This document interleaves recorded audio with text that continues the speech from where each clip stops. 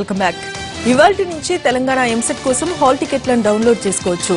ఈ నెల 11వ తేదీన ఎంసెట్ 3వ పరీక్ష జరగనుంది. తెలంగాణతో పాటు ఏపీలో కూడా పలు కేంద్రాల్లో ఎంసెట్ పరీక్షలు నిర్వహించనున్నారు.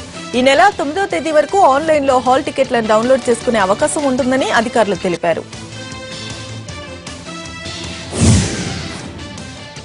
ఈ ఏడాది ప్రతిష్టాత్మక కాళోజీ నారాయణరావు పురస్కారం ప్రముఖ కవి గాయకుడు గోరేటి వెంకన్నను వరించింది. ఈ అవార్డు కింద ₹1,116 నగదును ఇవ్వనుంది. ఈ మేరకు ప్రభుత్వం ఉత్తర్వులు జారీ చేసింది. ఈ నెల 9వ తేదీన తెలంగాణ భాషా దినోత్సవం సందర్భంగా రవీంద్ర భారతిలో అవార్డును ప్రదానం చేయనున్నారు.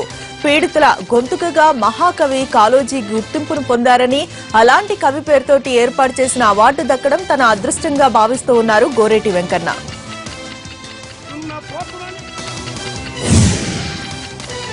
ప్రధాని నరేంద్ర మోడీ వియత్నాం పర్యటన కొనసాగుతోంది. నిన్న వియత్నాంకి చేరుకున్న మోడీకి హనోయి విమానాశ్రయంలో ఘన స్వాగతం లభించింది. ఎయిర్పోర్టుకు పెద్ద ఎత్తున తరలివచ్చిన భారతీయ వియత్నాం విద్యార్థులు మోడీకి స్వాగతం పలికారు. ఇవాళ జరిగే ద్వైపాక్షిక చర్చల్లో ఆయన పాల్గొంటారు. వియత్నాంతో రక్షణ, భద్రత, ఆయిల్ వెలికితీత, వ్యాపార రంగాల్లో కీలక ఒప్పందాలు చేసుకునే అవకాశం ఉంది.